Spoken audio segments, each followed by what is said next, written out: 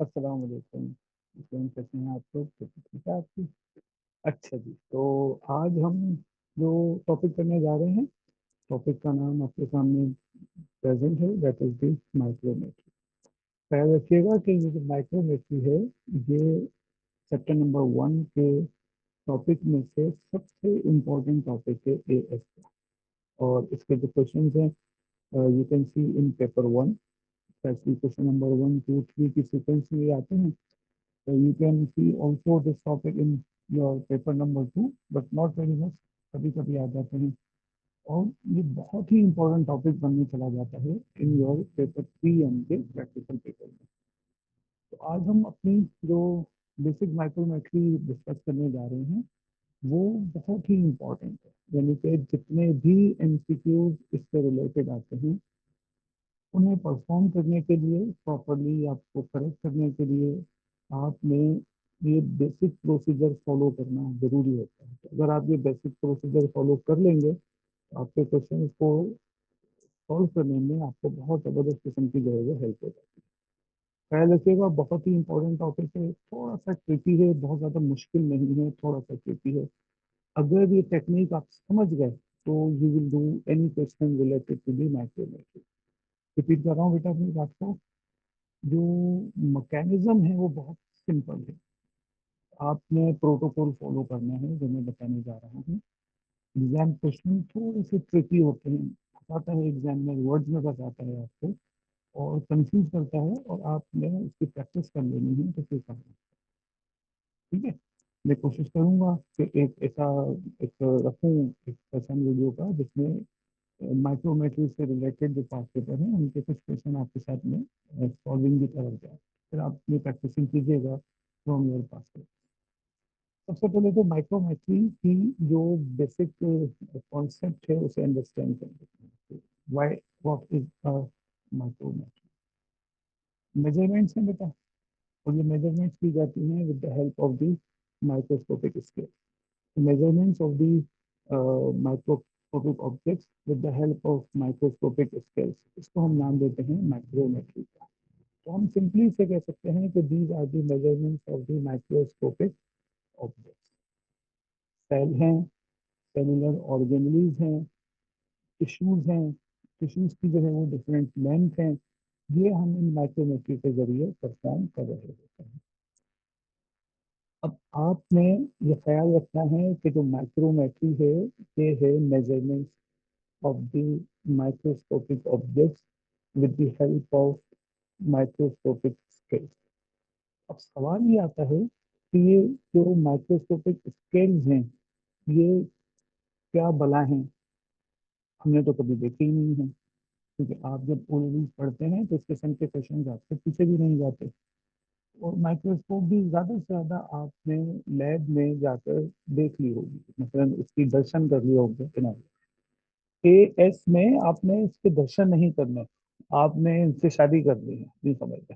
ठीक है, शादी करनी है इसका मतलब है कि आपको मुश्किलात का सामना करना पड़ेगा। कभी कभी जो है वो बड़े अच्छे ताल्लुकात हो जाएंगे तो आपको बहुत अच्छे जो है लगेगी है, कभी कभी बहुत बुरे ताल्लुकात हो जाएंगे तो आपके आंखों से आंसू भी निकाल देती है।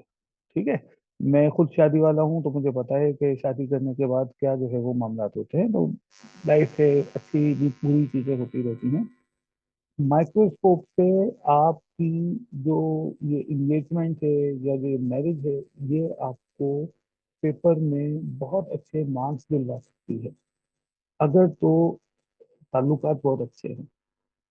और अगर ताल्लुकात अच्छे नहीं हैं तो फिर ये रुला देगी आपको। तो आपने ख्याल रखना है अच्छे ताल्लुकात बनाने का। सबसे पहले तो बात कर लेते हैं कि माइक्रोमेट्री को हम किस तरह से परफॉर्म करेंगे। ख्याल रखिएगा, बहुत ही इंपॉर्टेंट जो है वो होने जा रही है। अब मैं आपके सामने ये मैंने एक डायग्राम पेस्ट की हुई है, आपको नजर आ रही है। और इसके कुछ जो है वो आपको चीजें भी नजर आ रही हैं, और आप इन चीजों को देखकर थोड़े से परेशान भी हो रहे होंगे कि ये क्या बोला, क्या बोला है, इसको यहाँ पर हम डिस्कस कर लेते हैं। सबसे पहले तो ये आपको एक सर्किल नजर आ रहा है, और इस सर्किल के अंदर एक फील्ड नजर आ रही है। इसे हम कहते हैं फील्ड, व्यू ऑफ फील्ड। यानी कि माइक्रोस्कोप का वो व्यू फील्ड है that you can see by using the microscope. तो मैं यहाँ पर इसको हेडिंग भी दे देता हूँ, सो दैट आपको बड़ी आसानी से इसको याद रख सके। ये जो पार्ट है हमारा, ये माइक्रोस्कोप का व्यू फील्ड है। ठीक है।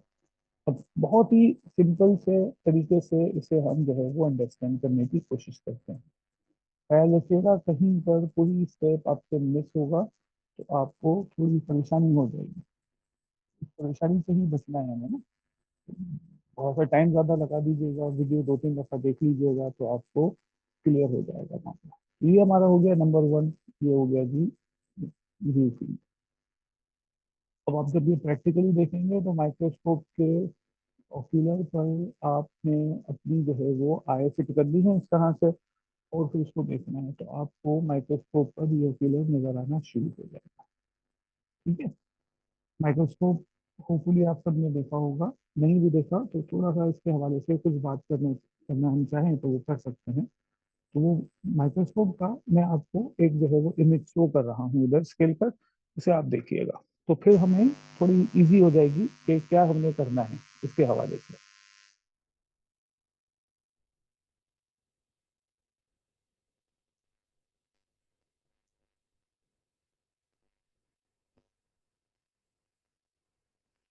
मैं आपके सामने ये माइक्रोस्कोप वाले जो स्ट्रक्चर है इसको प्रेजेंट करने की कोशिश करता हूँ, मुझे ड्रॉ कर देता हूँ सिंपल सी, ताकि जो है वो इजी हो जाए आपके के लिए भी। मैं यहाँ पर थोड़ी सी माइक्रोस्कोप के हवाले से एक ड्राइंग पेश कर देता हूँ। होता ये है माइक्रोस्कोप पर कि आपको एक इस तरह का एक मेटल लेंस नजर आता है। मैं यहाँ इसकी ड्राइंग कर रहा हूँ, इस तरह का एक मेटल लेंस है। Right, it's like this. Now, this metal lens has got a small hole at the center through which you can see inside the lens.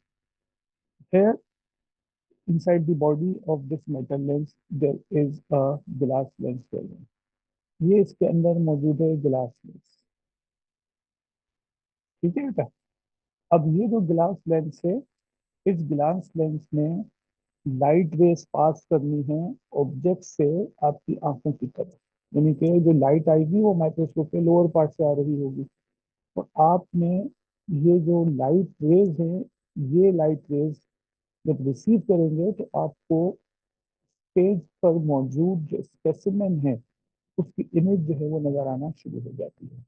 तो ये बेटा ये इसको हम नाम देते हैं कि this is the eyepiece. ठीक है, इस लेंस को नाम देंगे आई पीस, और इसे कहा जाता है ओक्यूलर। तो ओक्यूलर और आई पीस ये इसका नाम है। ठीक है बच्चे। इसकी जो टाइप्स हैं विद रिस्पेक्ट टू देयर जो है वो पावर, वो होती हैं तकरीबन 3। लेकिन एग्जाम्स में जो आपको माइक्रोस्कोप दी जाती है, लैब में जो आपको माइक्रोस्कोप दी जाती है, मोस्ट ऑफ द केसेस में दिस ऑब्जेक्टिव लेंस और eyepiece it has got multiple of 10 power. अब ये मल्टीपल ऑफ 10 पावर है, इसका मतलब ये है कि this eyepiece can magnify an object into 10 time greater size. Repeat कर रहा हूँ अपनी बात को। This eyepiece can magnify an object up to 10 time, यानी कि अगर कोई भी ऑब्जेक्ट 1 mm का होगा ओरिजिनल, और इस लेंस से हम इसको देखेंगे आईपीस, आईपीस से, तो हमें वो 10 mm तक जो है वो बड़ा नजर आ सकता है। ये बात आपने याद रखनी है। ठीक है। ख्याल रखना है कि इस आईपीस को हम एक और पर्पस के लिए भी इस्तेमाल करते हैं, और वो ये है कि इस आईपीस के बिल्कुल अंदर की तरफ, जहाँ पर ये मैंने शो किया है ग्लास लेंस लगा हुआ है, इसी ग्लास लेंस के साथ we have got a small scale. तो यहाँ पर जो शो कर रहा हूँ उसको आप जरा गौर से देखिएगा, कलर ऐसा लगा देता हूँ कि आपको नजर आ सके। तो यहाँ पर we have got a scale, yellow वाला, ये येलो स्केल ये है। You can see over here, this scale has got the grids, and the grids start from the 0 mark है और ये एंड हो रहा है अप टू दी 100 मार्क। इसका मतलब ये है कि 0 से लेकर 100 तक जो वर्टिकल लाइंस हैं ये 100 यूनिट शो कर रही हैं। This scale is known as the eyepiece graticule. अपने नाम याद रखना है इसका। This is the eyepiece gratitude.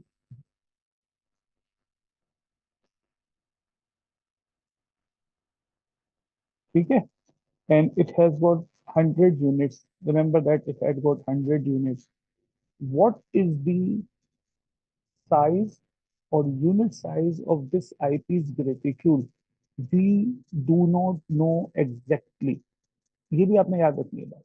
The size of the eyepiece graticule is not known, and we have to know the size of the eyepiece graticule. हमें पता नहीं है, लेकिन आपको eyepiece graticule का साइज जो है वो मालूम होना चाहिए। ठीक है, तो मालूम होना चाहिए का मतलब है आप मालूम करेंगे। कैसे करेंगे? ये माइक्रोमेट्री का एक पहला स्टेप होता है। ठीक है। अब जरा आगे की तरफ आते हैं। ये एक स्केल आपको नजर आ रहा है थिक वाला ऊपर, और इसी स्केल के बारे में यहाँ पर इंफॉर्मेशन शो की गई है। ठीक है। The smallest division of stage micrometer scale. तो ये है बेटा इस स्केल का नाम, stage micrometer. I am going to write down here again. It is the stage micrometer. अब ख्याल रखिएगा, ये माइक्रोमीटर फिजिक्स वाला नहीं है, ये वाकई ही माइक्रोमीटर है। फिजिक्स वाला माइक्रोमीटर में जो बायोलॉजी टीचर समझ में नहीं आता है तो उसको माइक्रोमीटर क्यों कहते हैं, क्योंकि वो आंख से तो नजर आ रहा होता है। बायोलॉजिकल साइंसेज में आंख से नजर ना आने वाले सब्सटेंसेस को हम माइक्रो कैटेगरी में यूज करते हैं। Like you can see microscope. It is an object through which we can see any object that cannot be seen with the naked eye। अब वो क्योंकि आंख से नजर नहीं आ रही तो माइक्रोस्कोप से देखेंगे। एनीवेज, अब आपने याद याद रखना है कि ये एक स्टेज माइक्रोमीटर है। डायग्राम में आपको ये इस तरह के दो स्केल हमेशा दिखाए जाएंगे। थोड़ी सी इनकी जो साइजेस है ना, उनमें एग्जामिनर चेंजेस लेकर आता है ताकि बच्चा परेशान हो जाए, रट्टा ना लगा सके। Question says the stage micrometer per unit size is 0.1 millimeter. What does it mean? It means कि इस स्केल के हिसाब से, यानी कि इस क्वेश्चन के जो इंफॉर्मेशन है इसके हिसाब से, from this point two this point, right, we have got 0.1 mm distance, right? And from this point to this point again we have got 0.1 mm space। अब आपको आसान कर देता हूँ, ये है 0 पॉइंट, इस पॉइंट को नाम देंगे 0.1 और इस पॉइंट को नाम देंगे 0.2। ठीक है, याद रखिएगा बात बेटा। According to the information of this particular figure, one smallest division of eyepiece, sorry, this one smallest division of stage micrometer is 0.1 millimetre. अब इसका यूनिट आपको पता है कि इसका स्टेज माइक्रोमीटर के जो यूनिट होते हैं वो मिलीमीटर में होते हैं। और आईपीस ग्रेटिट्यूड का कोई भी यूनिट साइज अभी हमें मालूम ही नहीं है, हमें वो यूनिट साइज मालूम करना है। पहली बात तो आपने इस फिगर को अंडरस्टैंड करना है कि this figure has three important things. Number one, view field. Number two, eyepiece graticule. Number three, stage micrometer. और स्टेज माइक्रोमीटर का जो यूनिट साइज है इट इज 0.1 mm, और उसको भी अंडरस्टैंड करना है। If you see vertical lines of the stage micrometer, the first vertical line is considered as 0, second vertical line is considered as 0.1 distance, and third vertical line is considered as 0.2, right, distance के लिहाज से। और अगर उसके बाद कोई और आगे चल रही होगी तो फिर हम उसको जो है वो उसी रेफरेंस से देख लेंगे। यहाँ तक अगर आपको क्लियर हो गई है तो उसको जो है वो कंज्यूम कीजिएगा, इसको डाइजेस्ट कीजिएगा, अंडरस्टैंड कीजिएगा, और फिर आगे की तरफ जो है वो चलते हैं।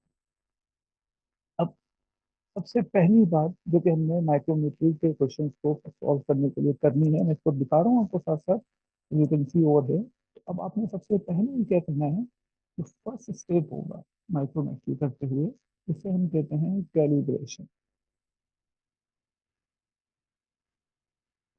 और स्टेप है, इसे नाम दे रहे हैं calibration.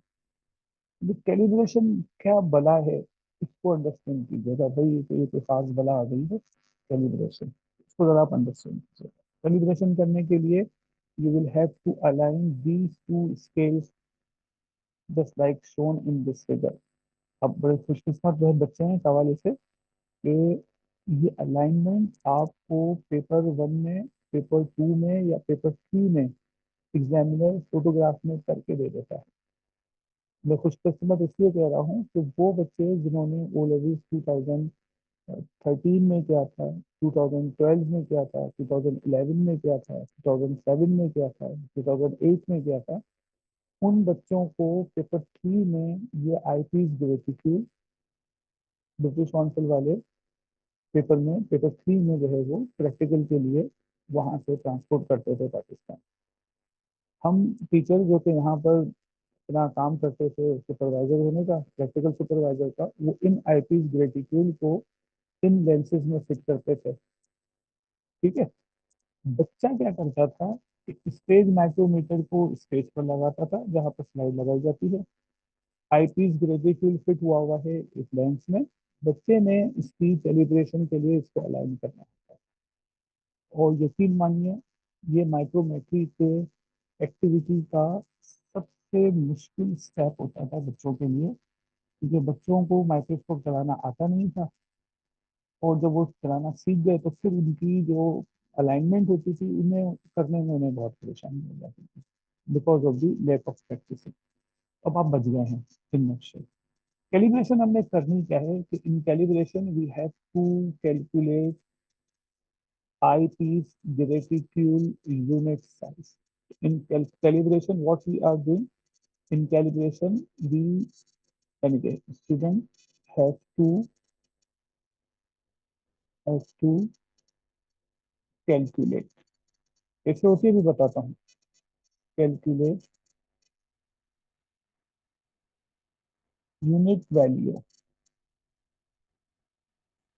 Unit value of eyepiece graticule, eyepiece gratitude.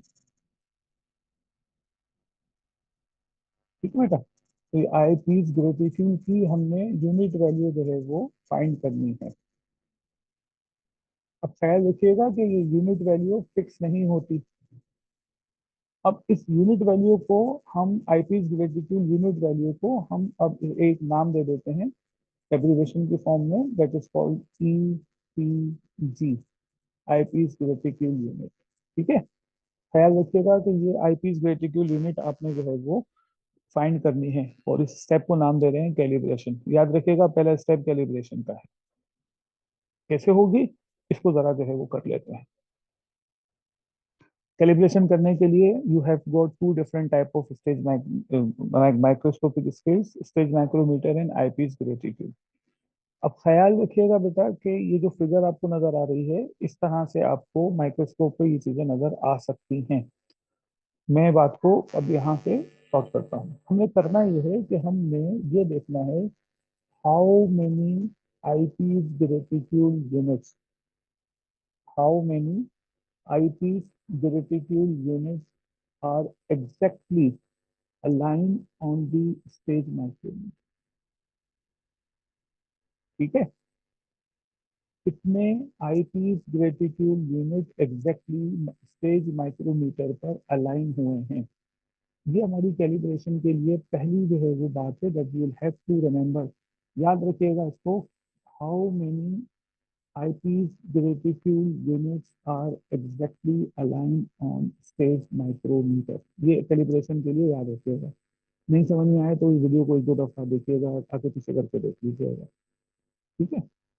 Repeat करने के लिए रिकॉर्डिंग में जो है वो दो तीन दफा बताया जा सकता है। अब आपने ये देखना है बेटा कि ये 0 पॉइंट है, ये 10 पर अलाइन है इस फिगर के साथ से। ये 0.1 इसका एक यूनिट है, ये 50 पर अलाइन हुआ हुआ है। और ये 0.2 वाला यूनिट है जो 90 पर अलाइन है। तो हम ये कह सकते हैं कि हमारे पास दो ऑप्शन है कैलिब्रेट करने के लिए, इधर हम 0.1 से अलाइन कर लें या 0.2 से अलाइन कर लें। ठीक है ना। आईपीस ग्रेटिट्यूड पे how many eyepiece graticule units are align on the stage micrometer. ये स्टेज माइक्रोमीटर के 0.2 यूनिट्स पर हम देख सकते हैं कि 80 यूनिट्स आकर अलाइन हुए हुए हैं। 0 से लेकर 10 तक और 91 से लेकर 100 तक स्टेज माइक्रोमीटर के साथ अलाइन नहीं होता हुआ नजर आ रहा है। हालांकि स्केल तो बना हुआ है लेकिन वो ग्रिड नहीं है, तो हम इसको अलाइन नहीं कर सकते। ठीक है, आइडियली तो कर सकते हैं लेकिन करेक्टली नहीं कर सकते। तो अब मैं यहाँ पर बेटा, अब इस कैलिब्रेशन के लिए फॉर्मूला लिख रहा हूँ। फॉर्मूला आपको याद रखना है। फॉर्मूला कुछ इस तरह से है, बहुत सिंपल सा फॉर्मूला है, लंबी चौड़ी साइंस भी नहीं है इसमें। यहाँ पर हम लिखेंगे number of stage micrometer units. ठीक है। अब आप सबको पता चल गया अब तक कि स्टेज माइक्रोमीटर यूनिट क्या है। वो है 0.1। ठीक है, इसको हम डिवाइड कर देते हैं। तो डिवाइड किया, तो डिवाइड करते हैं हम number of P P G. IPs gratitude कितने हैं उससे हम इसको डिवाइड कर देंगे। तो इसे मैं इसकी कैलकुलेशन कर देता हूँ अकॉर्डिंग टू दिस फिगर। याद रखिएगा ये इस फिगर के हिसाब से हो रही है। अब हम ये करते हैं, ये देखते हैं कि 0.1 जो कि मिलीमीटर यूनिट है, ये कैलिब्रेट हो रही है 40 यूनिट्स पर। किसी भी देखने वाले स्टूडेंट को लगता है कि ये तो 50 लिखा हुआ है और मैं 40 क्यों लिख रहा हूँ, तो ये स्टार्ट हो रहा है 10 से। तो 50 माइनस 10 इक्वल टू 40। अब जब हम इसको डिवाइड कर रहे हैं तो यू कैन यूज कैलकुलेटर। जब आप कैलकुलेटर यूज करेंगे तो answer that you will get is 0.0025, right? And the unit of this is millimeter. ये है आपकी कैलिब्रेशन का पहला स्टेप जो आपने किया है। याद रखिएगा, this is first step not final step. The unit of this e-PG is in millimetre and this millimeter unit is not suitable unit for the microscopic objects. तो जब कभी भी हम किसी भी माइक्रोस्कोपिक ऑब्जेक्ट्स की साइजेस को कैलकुलेट करेंगे तो हमें मिलीमीटर यूनिट्स नहीं देने होते, ख्याल रखिएगा। जो इसका सुटेबल यूनिट है, the suitable unit is the micron metre. तो जो नेक्स्ट स्टेप आता है, स्टेप नंबर 1 ये हो गया।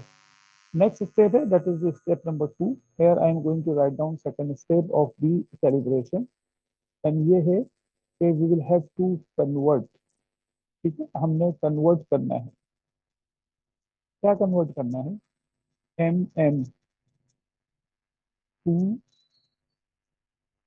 To M micron metre by, कैसे कन्वर्ट करेंगे? By multiplying. अब हमें यहाँ पर करना है मल्टीप्लाई, मल्टीप्लाई 1000। जब हम मिलीमीटर नंबर को माइक्रोमीटर नंबर में कन्वर्ट करने जाते हैं तो कन्वर्जन के लिए 10 पावर 3, ये इसका जो है वो सिंपल सी कंडीशन है। या आप इसे 1000 से मल्टीप्लाई करते हैं, एक ही बात है। तो सेकंड स्टेप ये हो गया, convert M into U M. अब इसकी प्रैक्टिकली एक्टिविटी आपके सामने मैं कर रहा हूँ।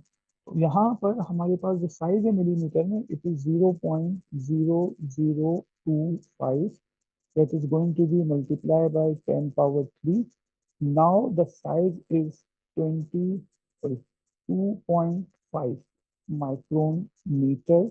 That is the size of P per EPG। ये पर का साइन है, तो 2.5 पर EPG यानी कि one eyepiece reticule unit size is now 2.5 micron meter, right, at this particular figure।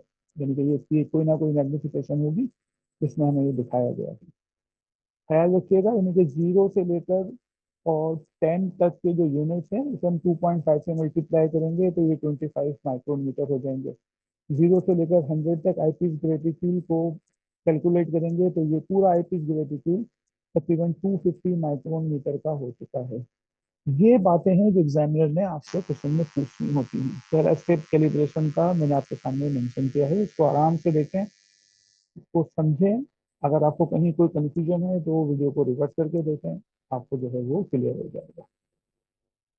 जो क्वेश्चन है ना बेटा, वो क्वेश्चन कुछ इस तरह के होते हैं कि एग्जामिनर ने, सपोज करते हैं एग्जामिनर ने कहा ये आपके सामने एक जो है वो फील्ड है, एक जो है वो व्यू फील्ड है, और ये पूरी कैलिब्रेशन लगी हुई है।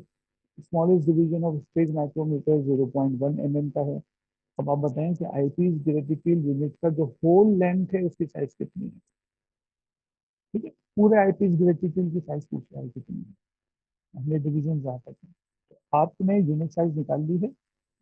पर EPG size is 2.5 micron metre multiply by 100, आपको मिल जाएगा। तो ये पूरा जो ईपीजी है, ये जो यानी कि आईपीस ग्रेटिट्यूड, इसकी साइज 250 माइक्रोन मीटर की है। होप कि आपको ये बात समझ में आ गई होगी। अभी सिर्फ कैलिब्रेशन हुई है बेटा, सेकंड स्टेप की तरफ चलते हैं। सेकंड स्टेप क्या है बेटा? In second step examiner will show you another diagram, जैसे इसी जैसी डायग्राम होगी, थोड़ी सी इससे जो है वो वेरी कर रही होगी।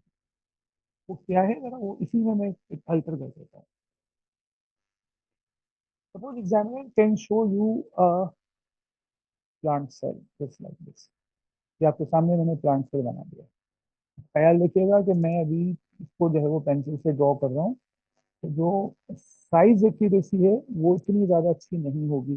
पेपर पर आपको प्रिंटेड फॉर्म में मिलेगा जहाँ साइज एक्यूरेसी अच्छी होगी, लेकिन you will have to recognize or identify various cell structure present in a plant cell or in animal cell।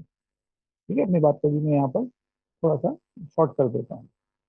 ये प्लांट सेल में एक जगह पर हमें नजर आएगा nucleus, just like this. Examiner can ask you calculate the actual size of nucleus. इस nucleus का एक्चुअल साइज बताएं कितना। सही है। अब आप क्या करेंगे? अब आपका कैलिब्रेशन तो हो चुका है।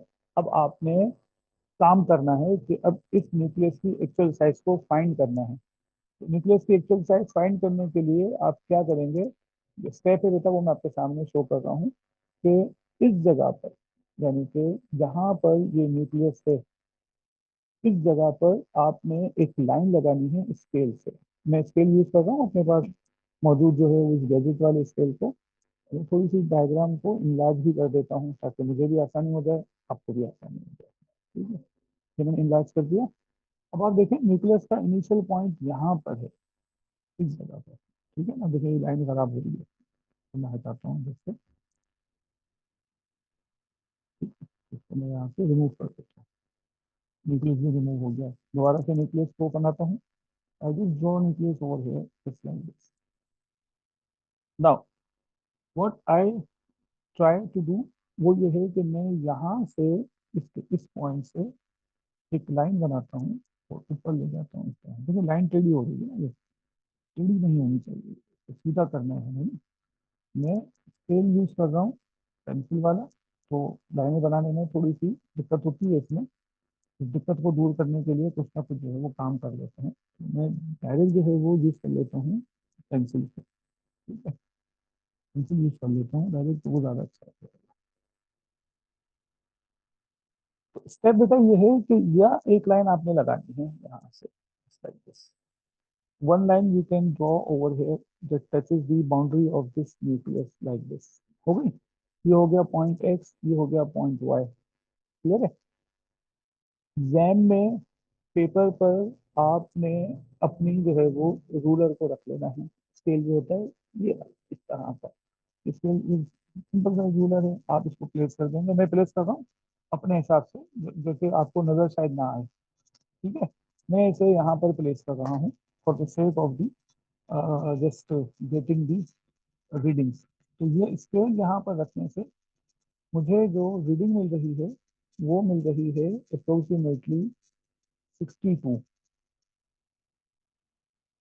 62 पर ये एक रीडिंग आ रही है। और जो सेकंड वाई वाला पॉइंट है, इस पर जो रीडिंग आ रही है ये तकरीबन आ रही है 71 के करीब। इधर ठीक है, तो ये सेकंड स्टेप है, याद रखिएगा। मैं सेकंड स्टेप को देख रहा हूँ। यहाँ पर हमने ये करना है कि 71 that is the final unit value minus 62 that is initial unit value is equal to 9। तो जो 9 ईपीजी हैं, these are covered by this nucleus. ठीक है, अब ये सेकंड स्टेप हो चुका है, मैं यहाँ पर इसके हवाले से अब बात कर रहा हूँ। तो अब हमने ये करना है, थर्ड स्टेप की तरफ आते हैं कैलिब्रेशन के बाद, और वो ये है कि काउंट करने हैं। क्या काउंट करने हैं? काउंट करने हैं EPG, eyepiece graticule units that cover that cover that cover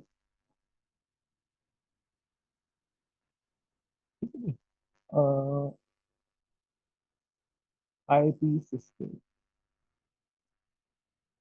को ख्याल से रखना है याद बेटा। आई पीस स्केल कितने यूनिट आई पीस स्केल के कवर्ड हुए? यहाँ क्वेश्चन के हिसाब से देखें तो 9 यूनिट्स कवर हुए हैं। होगा। अब अगला स्टेप शुरू करते हैं, that is step number 4। Step number 4 says multiply, multiply करना है हमें, ठीक है। मल्टीप्लाई यूनिट जो भी है इनटू, मल्टीप्लाई यूनिट, मल्टीप्लाई करते हैं यूनिट्स को बाय 2.5, जो कि 1 ईपीजी वैल्यू है अकॉर्डिंग टू दिस डायग्राम। तो यहाँ हमने according to this method 9 multiplied by 2.5. When we multiply 9 into 2.5, calculator is allowed. So you can use calculator. बगैर किसी उसके, तो मैं यहाँ पर 2.5 को मल्टीप्लाई कर रहा हूँ 9 यूनिट से, तो I have got answer that is 22.5 micron metre. This is the final size of this nucleus. इस न्यूक्लियस का size according to this figure ये बन रहा है 22.5 माइक्रोन मीटर। अब इसमें आपने ख्याल रखना है, हो सकता है कि आपकी जो स्केलिंग हुई है वो बिल्कुल एक्यूरेट ना हुई हो, पॉसिबिलिटी है। ठीक है, डायग्राम बाजू का बिलर होती है। तो अगर आपका ये जो आप वाला आंसर नहीं आ रहा पेपर वन में, तो आपने नियर बाय आंसर देखना है, कौन है, कौन सा है, उसे आप टिक कर दीजिए। That would be your correct answer. Paper one की बात कर रहा हूँ। पेपर थ्री में कोई आंसर नहीं आता एमएस में, वो एक रेंज बताता है +-1 की। यहाँ पर ये जो 9 यूनिट्स हमने निकाले ना, इधर ये आपको +-1 शो कर देगा। यानी कि ये 10 यूनिट्स का आंसर भी करेक्ट है, और 9 से छोटा 8 यूनिट का आंसर भी करेक्ट है। तो ये ख्याल रखिए आपको। यहाँ तक बता, अगर आपको ये बात क्लियर हो गई है तो इसको अच्छी तरह से अंडरस्टैंड कीजिएगा। ठीक है, ये प्रोसीजर है किसी भी माइक्रोस्कोपिक ऑब्जेक्ट को मेजर करने का, जो कि आपने जो है वो इस तरह से देखना है। यहाँ तक क्लियर हो गई ये बात, तो मैं फिर आगे चलता हूँ। छोटी छोटी सी बातें हैं, बस इसको जरा ध्यान में रख लेते हैं। अब हमने जो ध्यान में रखना है वो माइक्रोस्कोप को यूज करते हुए दो इंपॉर्टेंट फैक्टर ध्यान में रखने हैं। क्योंकि हम माइक्रोस्कोप माइक्रोमेट्री कर रहे हैं, तो माइक्रोमेट्री के दौरान कुछ बातें पूछी जाती हैं। नंबर वन, एक तो ये है कि ये टर्म इस्तेमाल की जाती है, which is called is the resolution of microscope. मैं यहाँ पर लिख रहा हूँ वर्ड रेजोल्यूशन। ये जो वर्ड रेजोल्यूशन है for microscope, it is considered as ability ability to distinguish distinguish two separate points.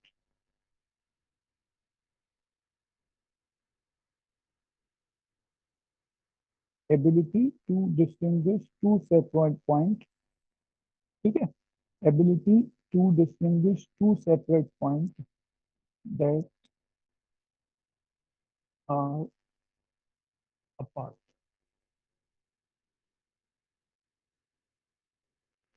दो ऐसे पॉइंट किसी भी माइक्रोस्कोपिक ऑब्जेक्ट के जो के एक दूसरे से दूर होते हैं और माइक्रोस्कोप उन्हें अलग अलग करके दिखा देती है।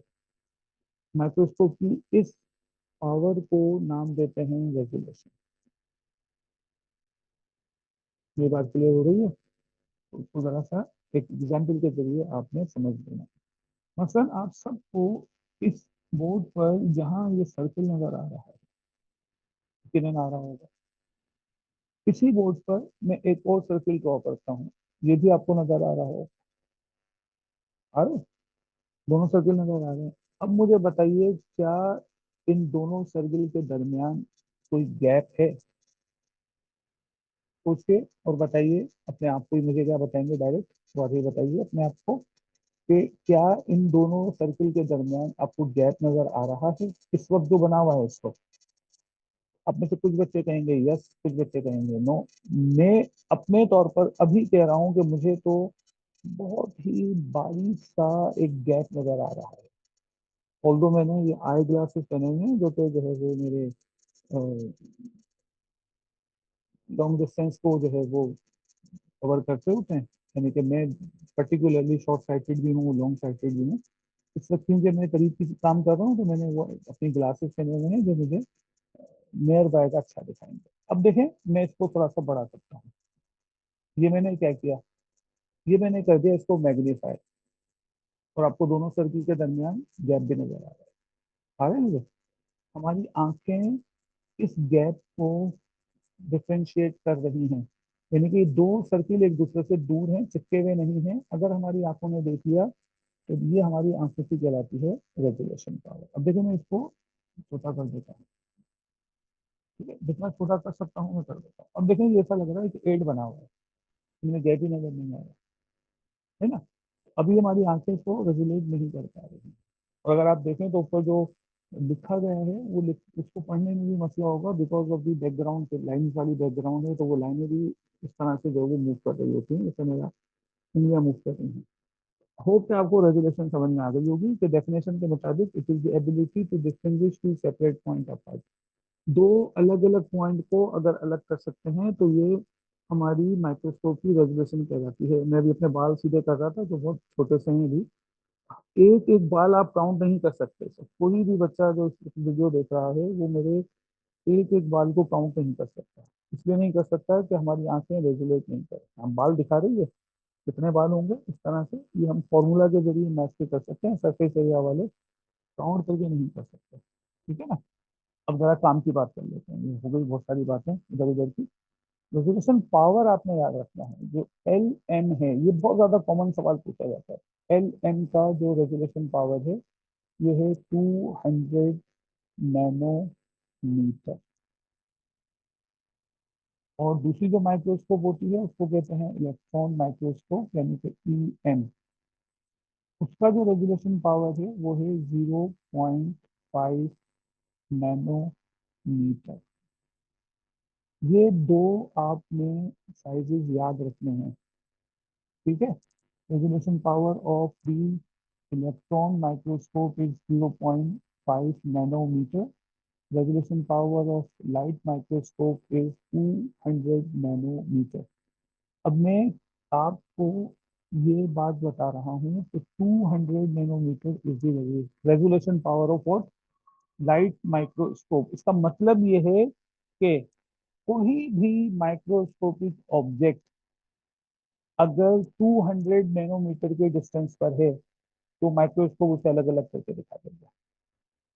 ठीक है। इसका मतलब ये भी है कि कोई भी माइक्रोस्कोपिक ऑब्जेक्ट 200 नैनोमीटर की साइज पर है या इससे बड़ा है तो माइक्रोस्कोप उसे आपको दिखा देगा।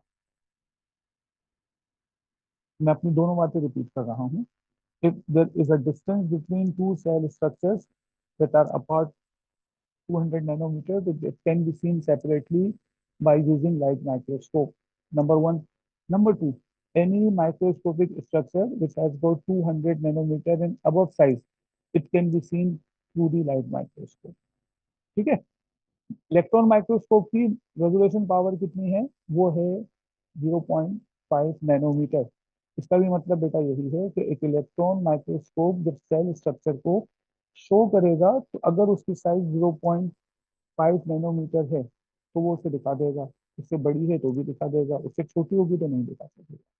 तो कोई भी सेल का स्ट्रक्चर ऐसा नहीं है जो 0.5 नैनोमीटर या उससे छोटा हो, सारे से बड़े ही होते हैं। तो light microscope can show certain parts of the animal cells and plant cells.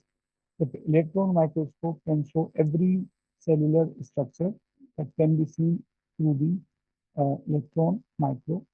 मतलब बेटा अपने अपनी बात को जो है वो याद रखना है, बहुत ज्यादा एग्जाम में भी बात करता है।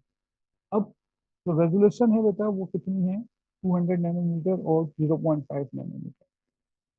अब इसके इसके रेगुलेशन डिसाइड कौन करेगा, रेगुलेशन डिसाइड करेगा कि किसी भी माइक्रोस्कोप को जब यूज करते हैं तो उसका सोर्स ऑफ रेडिएशन क्या है। तो जो एलएम है, लाइट माइक्रोस्कोप, इसका जो सोर्स ऑफ रेडिएशन है, ठीक है, वो है विजिबल लाइट।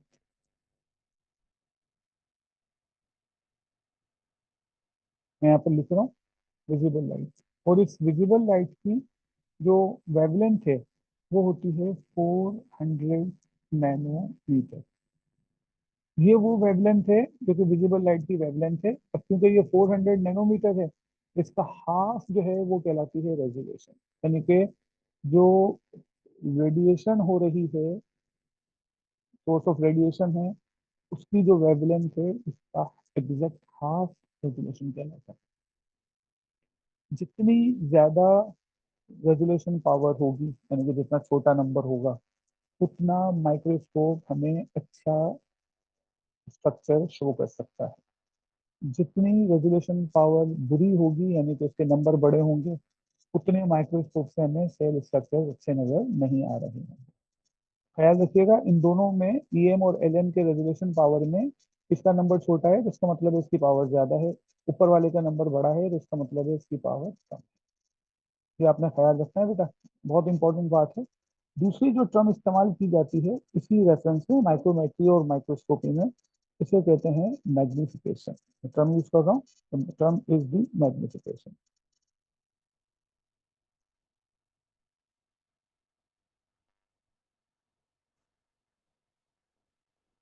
राइट। तो मैग्निफिकेशन क्या है, आप में से कोई बच्चा सोचे। बहुत कॉमन यूज वर्ड होता है magnification, zoom in zoom out के नाम पर हम यूज करते हैं इसे, मैग्निफिकेशन वर्ड को। ठीक है। तो अब यहाँ पर आपने मैग्निफिकेशन को यहाँ पर ध्यान में रखना है। बड़ी आसान सी डेफिनेशन है, कॉन्सेप्ट के साथ देखें तो एग्जामिनर ने आपसे लिखवानी नहीं है, एग्जामिनर ने आपसे पूछनी है। तो मैं यहाँ पर टर्म इस्तेमाल कर रहा हूँ, पहले तो मैग्निफिकेशन की। मैंने मैग्निफिकेशन लिख दिया है। ये है number number of times greater than, ठीक है, number of time greater than original.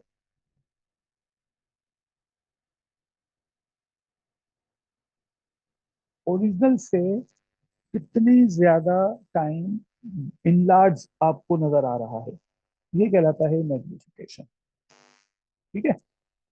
अगर कोई माइक्रोस्कोप मैग्नीफाई कर रहा है किसी भी ऑब्जेक्ट को, कितने टाइम मैग्नीफाई कर रहा है, मीन्स कितना बड़ा करके दिखा सकता है, वो उसकी कहलाती है मैग्निफिकेशन। तो क्या आपको समझ आ रहा होगा।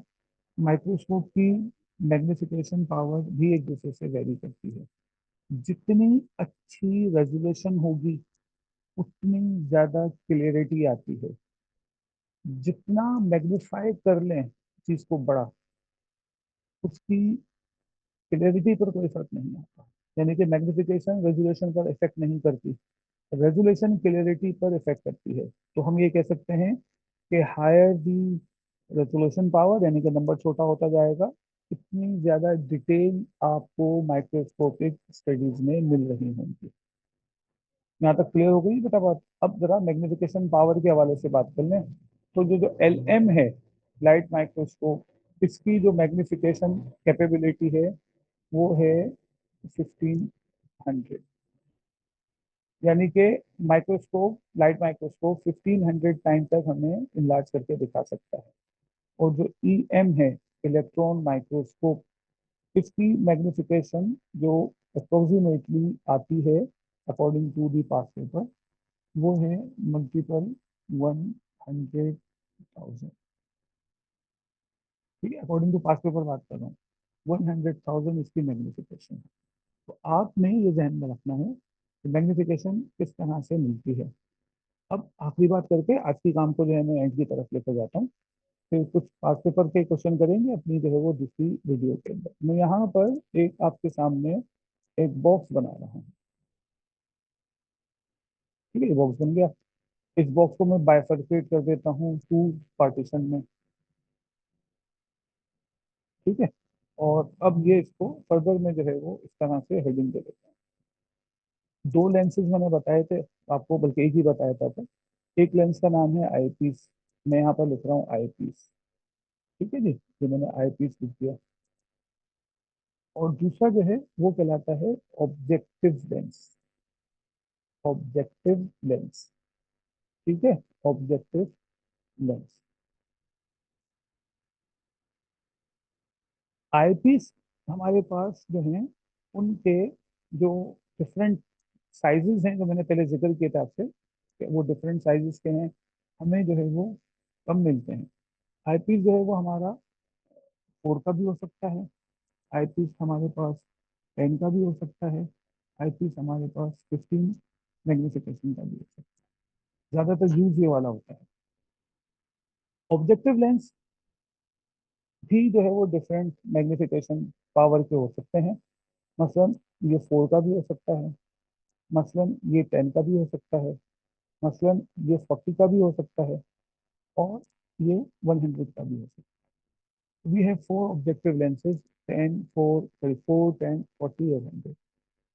टोटल मैग्निफिकेशन करते हैं, यहाँ पर मैं लिख देता हूँ टोटल मैग्निफिकेशन, टोटल या फाइनल मैग्निफिकेशन। ठीक है, ये बहुत इंपॉर्टेंट है, याद रखिएगा बेटा। हमें इन दोनों को मल्टीप्लाई कर देना है तो we can have total magnification.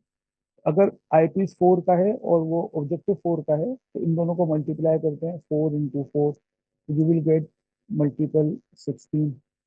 फिर 4 × 10, तो 4 × 10 मल्टीपल करें तो it is called multiple. 4 × 10 40, 4 × 40 multiply कीजिएगा तो 4 × 40 160। कैलकुलेटर यूज कर सकते हैं।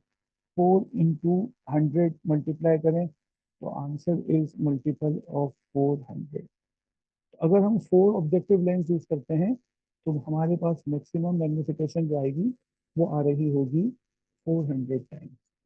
ठीक है, इसी को आप 10 से मल्टीप्लाई करके देख लेते हैं। तो मैं 10 से मल्टीप्लाई कर रहा हूँ, कलर चेंज कर देता हूँ।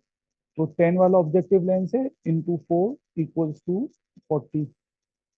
तो 10 × 10, राइट, 10 × 10 इक्वल्स टू मल्टीपल 100।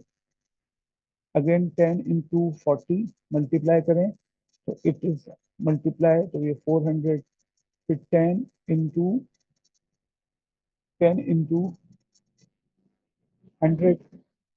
तो ये मल्टीप्लाई करें तो ये कितना हो जाएगा बेटा, 1000। तो ये वाला लेंस जो है वो 1000 तक हमें प्रोवाइड कर सकता है मैग्निफिकेशन। अब ख्याल रखिएगा, मैंने आपको पहले भी बताया था कि लैब में जो आपके पास है माइक्रोस्कोप, उस पर जो ऑक्सीजन लगा होता है वो 10 वाला ही फिक्स होता है, चेंज नहीं करते उसको। तो माइक्रोस्कोपिक जो स्टडी कर रहे होंगे आप अपनी लैब में, तो आपके पास मैक्सिमम मैग्निफिकेशन 1000 आ रही होगी। थ्योरी में आप बताएंगे 1500 है, आपके पास आ रही होगी 1000। 1500 कब आएगी, जब इस 15 वाले लेंस को इस 100 वाले लेंस से मल्टीप्लाई करेंगे तो यू विल गेट 1500 मैग्निफिकेशन। ठीक है बेटा, दोनों लेंसेज की पावर को मल्टीप्लाई करें, आपके पास फाइनल मैग्निफिकेशन आ जाती है। तो this is about all today's activity, today's lecture, today's class।